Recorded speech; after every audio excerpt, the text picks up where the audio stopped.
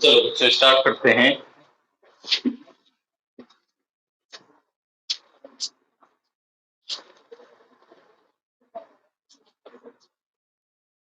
First day है आपका, तो थोड़े से बेसिक कॉन्सेप्ट हैं जिनको हम लेके चलेंगे, ठीक है। और पहला टॉपिक है आपका, मैं मैकेनिक्स पढ़ा रहा हूं पहले, ठीक है। तो सबसे पहले आपका मैकेनिक्स, ये बुक स्टार्ट होगी। दो बुक हैं, एक आपकी मैकेनिक्स है, एक मैथमेटिकल फिजिक्स है। तो मैथमेटिकल फिजिक्स पहले नहीं थी, आपके लिए न्यू है। लेकिन आगे अगर आप जाएंगे, कुछ आपके एंट्रेंस एग्जाम होते हैं, उनमें वो बहुत ज्यादा यूजफुल है। आईआईटी में जाने का एक और रास्ता है, जो 12th के बाद अगर नहीं जा पाया हो, तो बीएससी फाइनल में या फाइनल जब चल रही है तब भी एक एग्जाम होता है, जेएएम। उसे आप क्रैक करके आईआईटी में एंटर कर सकते हैं। तो बहुत सारी चीजें हैं जो मैं आपको बताऊंगा। यही नहीं मैं सिलेबस पढ़ाता जाऊं पढ़ाता जाऊं पढ़ाता जाऊं, आपको पता ही नहीं करना क्या है, ठीक है। क्योंकि हमारे यहाँ से जनरली जब से मैंने यहाँ स्टार्ट किया, हर साल दो तीन बच्चे, एक छोटी सी खुर्दा जगह है भाई, हम उनमें इतना एक उत्साह बढ़ते हैं, बच्चा खुद पे खुद लग जाता है। तो हर साल दो तीन बच्चे जेम के थ्रू आईआईटी ज्वाइन कर रहे हैं। तो ये आप लोगों के लिए बताना बहुत जरूरी है, यानी कि एक चीजों को खेल मान लेके ना चले। अगर आपने 2-3 साल बिगाड़ दिए ना ये हंसी खेल में, फिर उनको उनके साथ कंपेयर करना भी बड़ा मुश्किल हो जाएगा, जो बच्चे लगे पड़े हैं। तो ये मत बिगाड़ना। फिजिक्स का मैं जरूर कहता हूं आपसे कि आप जेएम वाली आप तैयारी करना चाहें या कोई सी भी आप तैयारी करना चाहें, तो मैं आपको सारी चीजें प्रोवाइड कराऊंगा। बीएससी तो थोड़ी चीज है, ये तो कराऊंगा ही कराऊंगा। अगर उसमें भी जाना चाहते हैं तो जो एडिशनल चीजें हैं वो भी आपको दे दी जाएंगी, बुक्स प्रोवाइड कर दी जाएंगी, नोट्स प्रोवाइड कर दिए जाएंगे। एक और बात, जैसे मैं यहाँ पढ़ाता हूँ तो बच्चों मैं आपको आपके हैंड राइटिंग में आपके नोट्स बनेंगे, ठीक है। ये नहीं है मैं आपको ऐसे ही दे दूंगा, आपके अपने नोट्स होंगे जो मैं लिखाऊंगा, यानी कि प्रॉपर जो पढ़ाने का तरीका है वो मेरा इस तरह से ही है। मैं यहाँ बोर्ड पर कराऊंगा, आप लिखेंगे। और दूसरी बात, हिंदी और इंग्लिश दोनों साथ साथ चलेगा। आपके कुछ सीनियर्स पढ़ भी रहे होंगे, जैसे महाराजा के हैं, विद्या मंदिर के हैं, एनआर के हैं, भारत विकास के भी हैं, जो थर्ड सेम में अब आए हैं। इनका फर्स्ट और सेकंड हुआ है, तो आपके बाद भी है उनका बैच, अभी बुलाया है उनको भी। तो उनसे भी आप थोड़ा बहुत डिस्कस कर सकते हैं। लेकिन फिर भी आपको कोई भी डिस्कस करने की ज्यादा नीड नहीं होगी।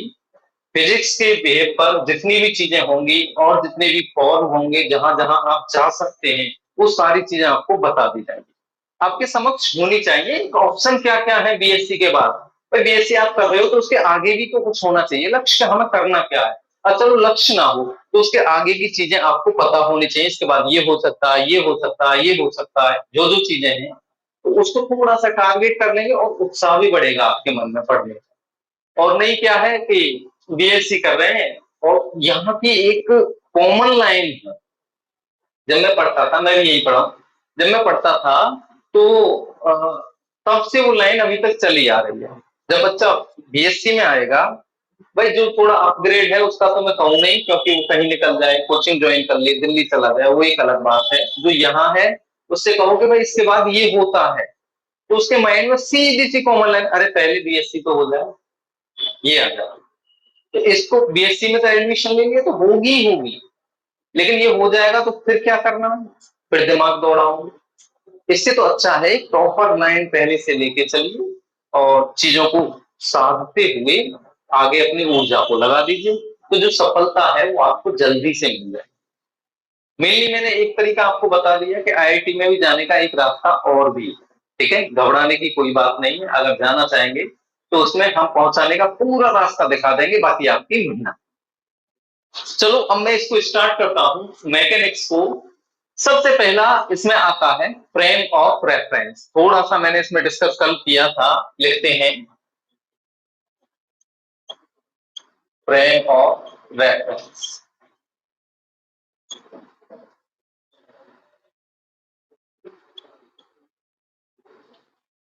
निर्देश तंत्र।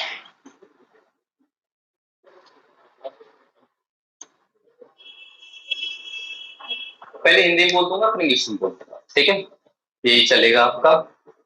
लिखो भाई, ऐसा निर्देशांक निकाय, ऐसा निर्देशांक निकाय जो, ऐसा निर्देशांक निकाय जो किसी वस्तु की स्थिति को निर्दिष्ट करता है, स्थिति को निर्दिष्ट करता है, जो किसी वस्तु की स्थिति को निर्दिष्ट करता है, जैसे निर्देश है ऐसे ही निर्दिष्ट करता है, निर्देश तंत्र कहलाता है। Such a coordinate system, such a coordinate system which specify the motion, which specify the motion of any particle, motion of any particle। Heading लिख लिया करो हिंदी वाले भी इंग्लिश में, of any particle, comma is called frame of reference, is called frame of reference। देखिए बच्चों, मैं पहले कल थोड़ा सा मुझे 5 मिनट मिली थी, उसमें मैंने डिस्कस किया था। फ्रेम ऑफ रेफरेंस ऐसा एक कोऑर्डिनेट सिस्टम है जो बताता है कि ये ऑब्जेक्ट, ये पॉइंट कहाँ है, उसकी स्थिति, पोजीशन को बताता है, ठीक है। जैसे ये पॉइंट यहाँ रख दिया, क्वेश्चन है भाई ये पॉइंट कहाँ है, तो आप इसको अच्छे से सेटिस्फाई नहीं कर पाएंगे। आप बताएं कि भाई ये बोर्ड पर है, तो क्वेश्चन उठेगा बोर्ड कहाँ है, दीवार पर है, दीवार कहाँ है, जमीन पर है, तो क्वेश्चन पर क्वेश्चन, क्वेश्चन पर क्वेश्चन चलते जाएंगे। तो आपको कैसा आंसर देना है, एक सटीक आंसर देना है जिस पर क्वेश्चन अराइज ना हो। तो उसके लिए इसकी स्थिति को समझने के लिए, पोजीशन को समझने के लिए हम एक फ्रेम को लेके चलते हैं। जो फ्रेम होता है वो कोऑर्डिनेट सिस्टम होता है, मैंने बताया सच ए कोऑर्डिनेट सिस्टम, निर्देशांक में कहा है। तो ये जो कोऑर्डिनेट सिस्टम है इसी को हम फ्रेम ऑफ रेफरेंस कहते हैं।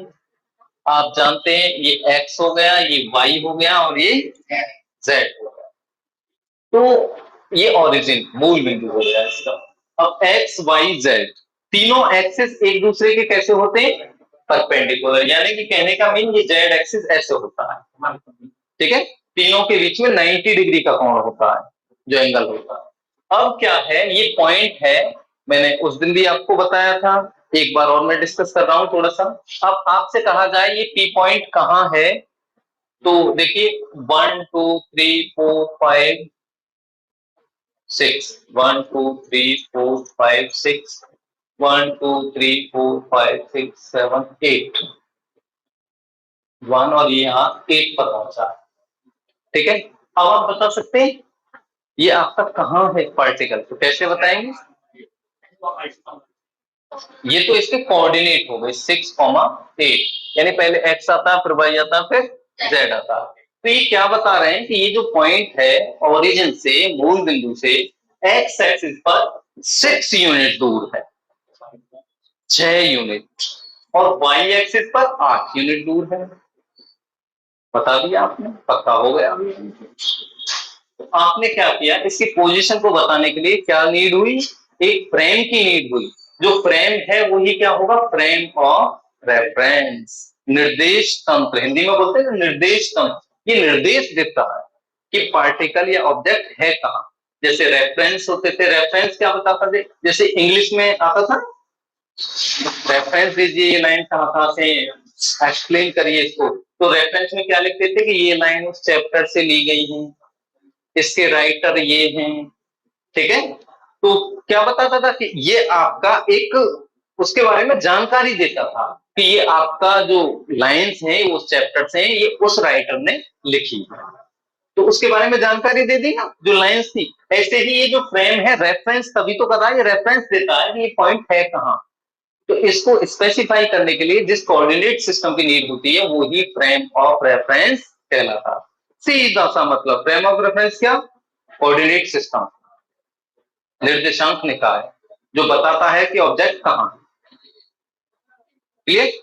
अब देखिए ये इस तरह से था। अब मैं इसको थोड़ा सा और आगे बढ़ाता हूं, ये मैंने आपको समझाने के लिए इस तरह से बना दिया। जैसे सपोज करते हैं ये पॉइंट है और यहां से इसका एक पोजीशन वेक्टर मैंने आर वेक्टर ले लिया, ठीक है, और इसके जो कोऑर्डिनेट हैं वो है एक्स कॉमा वाई। इसका मीन क्या हुआ कि यहां से आप परपेंडिकुलर अगर डालते हैं तो ये डिस्टेंस कितनी आएगी, एक्स। यहां से डालते हैं तो ये आएगी आपकी वाई। ठीक है बच्चों। अब यहां से ये वेक्टर से थोड़ा सा तो आपने पढ़ा होगा, यहां आप जब इसको पोजीशन वेक्टर को वेक्टर फॉर्म में लिखते हैं, सदिश रूप में लिखते हैं, तो इसको हम ऐसे लिख देते थे, vector R is equal X I cap plus Y J cap. अगर उसमें 2 डायमेंशन है तो यहीं तक रुक जाएंगे। अगर ये वेक्टर इधर होता, पॉइंट हवा में होता यहाँ, यानी कि तीनों डायरेक्शन में चला हुआ होता, तो जेड वाला कोऑर्डिनेट भी आ जाता है, वो के का होता, के साथ। जी सर। हेलो, नमस्कार सर, नमस्ते।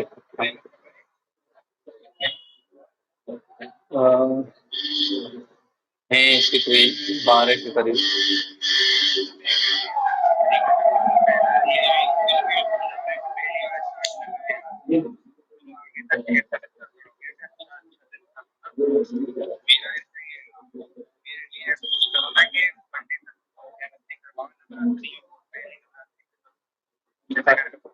अच्छा अच्छा।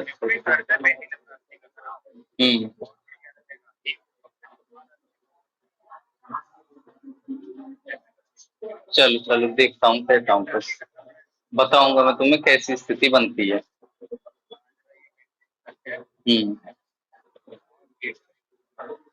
ठीक ठीक। ओके, राम राम।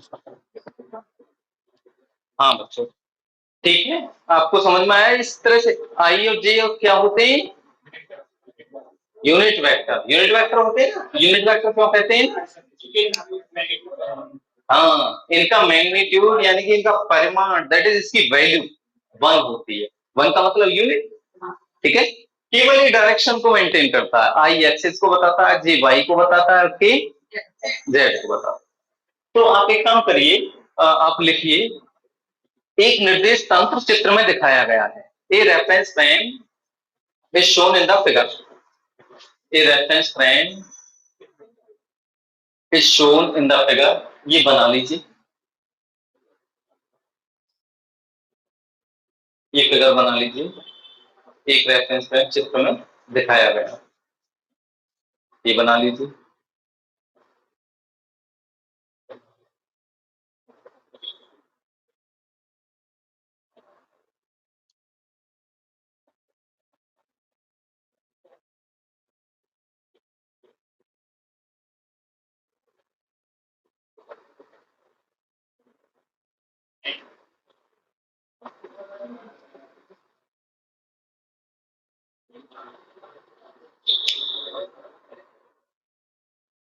बन गया।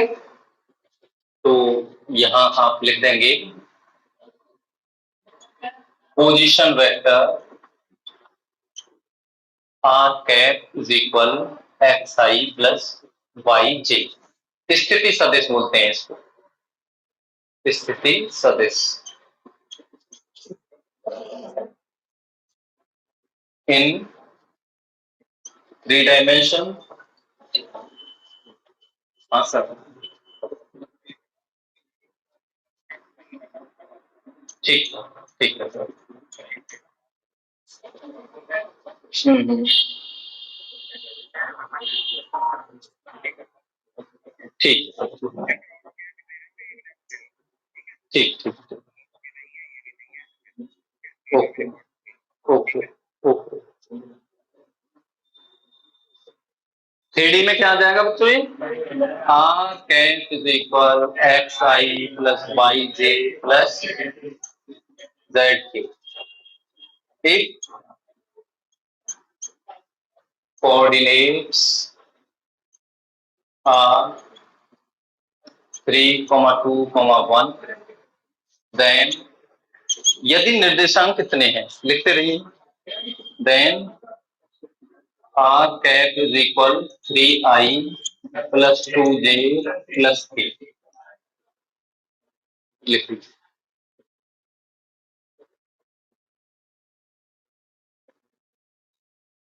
फ्रेम ऑफ रेफरेंस में कोई दिक्कत नहीं है आपको। अब लिखेंगे, ये लिख लिया आपने, निर्देश तंत्र दो प्रकार के होते हैं। There are two types frame of reference, there are two types frame of reference.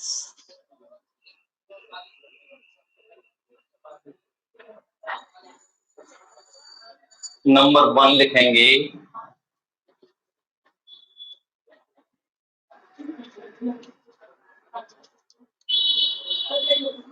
inertial frame of reference,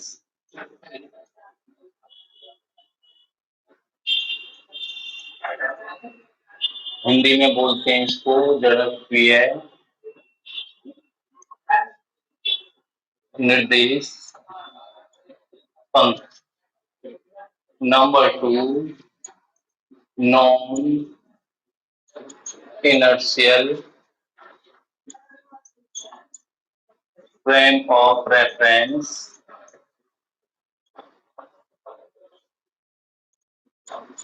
है जड़त्वीय निर्देश तंत्र। फर्स्ट हेडिंग लिख लो, फर्स्ट वर्ड।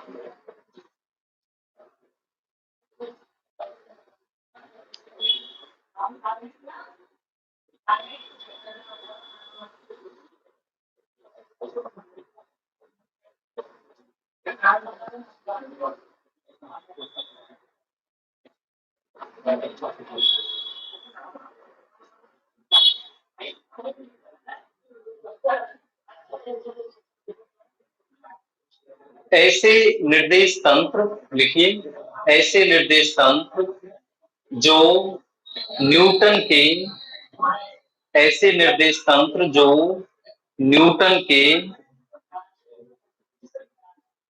पहले दोनों नियमों का पालन करते हैं, न्यूटन के पहले दोनों नियमों का पालन करते हैं। Such reference frame, such reference frame which agree with the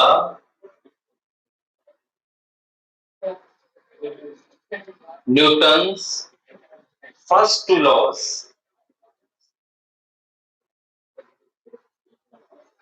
जड़त्व निर्देश तंत्र कहलाते हैं। Comma is called inertial frame of reference। देखिए बुक्स, हाँ लिख लीजिए, जड़त्व निर्देश तंत्र या फ्रेम कहलाते हैं। बुक्स में कई जगह आपको ये मिलेगा लिखा हुआ कि ऐसे निर्देश फ्रेम जो न्यूटन के लॉ का फॉलो करते हैं, तो उसमें इतना स्पेसिफाई नहीं है, पहले दो लॉ को, तीनों को नहीं। न्यूटन के 3 लॉ है ना जो मोशन के लिए दिए गए हैं, पहला लॉ ऑफ इनर्शिया, दूसरा लॉ ऑफ मोमेंटम, तीसरा एक्शन रिएक्शन, क्रिया प्रतिक्रिया, ठीक है। तो जो फर्स्ट लॉ है ये आपका इनर्शियल है, तो जो आपका फर्स्ट लॉ है वो इनर्शियल लॉ ही बोला जाता है, और फर्स्ट लॉ का ही स्पेशल केस सेकंड लॉ होता है, ठीक है। इनको मैं आगे अभी लिंक करूंगा आपके लिए कि कैसे हैं ये एक दूसरे से सिमिलर। तो इनर्शियल फ्रेम आप समझ गए, उनको फॉलो करेगा पहले दोनों लॉज को। इसमें आगे लिखिए, ये निर्देश तंत्र अत्वरित निर्देश तंत्र होते हैं, अत्वरित अनएक्सेलरेटेड, ये निर्देश तंत्र अत्वरित फ्रेम या तंत्र होते हैं। These reference frame be unaccelerated frame of reference. These frame of reference be unaccelerated frame of reference. तो इसमें क्या है here, भाई ये अनएक्सेलेरेटेड है, इसका मतलब क्या है, इसमें एक्सेलेरेशन नहीं है। और एक्सेलेरेशन कब नहीं होगा, जब आपका v is equal constant. v constant है तो क्या एक्सेलेरेशन होगा, त्वरण होगा? नहीं होगा, क्योंकि एक्सेलेरेशन होता क्या है, चेंज इन वेलोसिटी। जब वेलोसिटी चेंज ही नहीं हो रही है तो एक्सेलेरेशन नहीं है, तो आपके अनएक्सेलेरेटेड यानी अत्वरण होगा, अत्वरित हो गई जब v आपका वेग आपका कांस्टेंट यानी नियत है। लिख लीजिए here v is equal constant, ठीक है। तो ये आपका इनर्शियल फ्रेम हो गया, इसमें आपका v कैसा रहेगा, कांस्टेंट, एक ही वैल्यू कुछ क्या आएगी, देखो ए क्या बनेगा, मैं आपको बताता हूं। अब यार, हाँ हेलो, हाँ आए हैं, हाँ तो वही है। अच्छा अच्छा अच्छा, हम्म,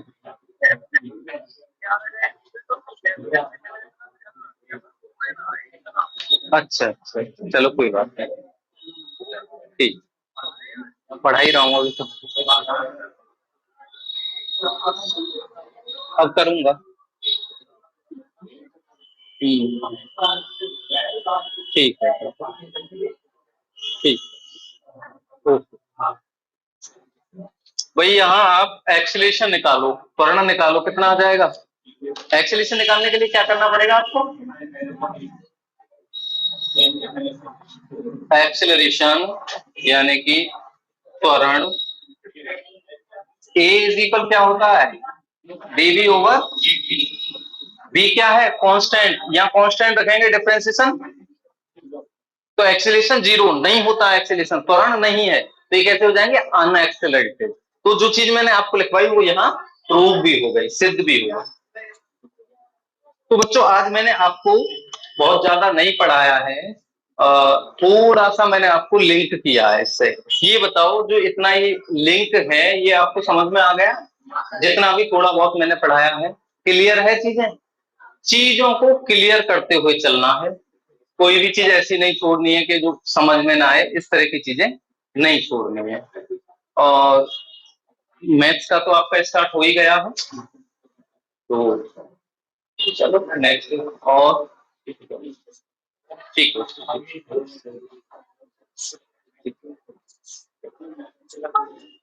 अभी कराते हैं। तो फिर से नंबर आ गया ना, तो बीच बीच में छुट्टी होती रहेंगी, कोई बात नहीं, कोई बात नहीं। फिर ऐप से पढ़, अरे वाह बहुत बढ़िया, दोबारा आ गया, फिर जाना पड़ेगा। केमिस्ट्री वगैरह चालू किया आपने, नहीं किया तो हमें यूट्यूब से ही पढ़ना पड़ेगा। ठीक है, फिर चाहोगे तो लगवा देंगे। केमिस्ट्री वगैरह हो गया चालू, केमिस्ट्री वगैरह हो गया, वैसे बुक कितनी है केमिस्ट्री में, हो गया तुम्हारा, तुम्हारा केमिस्ट्री वगैरह हो गया,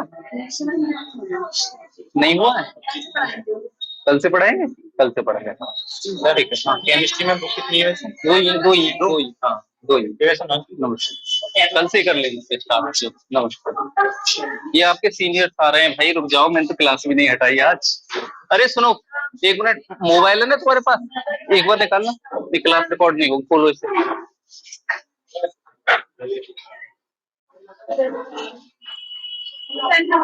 नमस्ते जी, नमस्ते नमस्ते। बेटा ऐप कहाँ है, ऐप ऐप सर आपका वाला, हाँ हाँ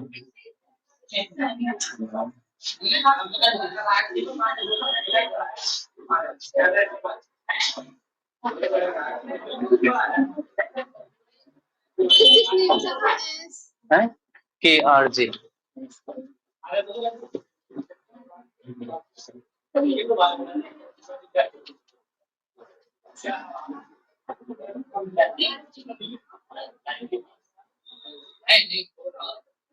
ऐसे आ जाएगी क्लास।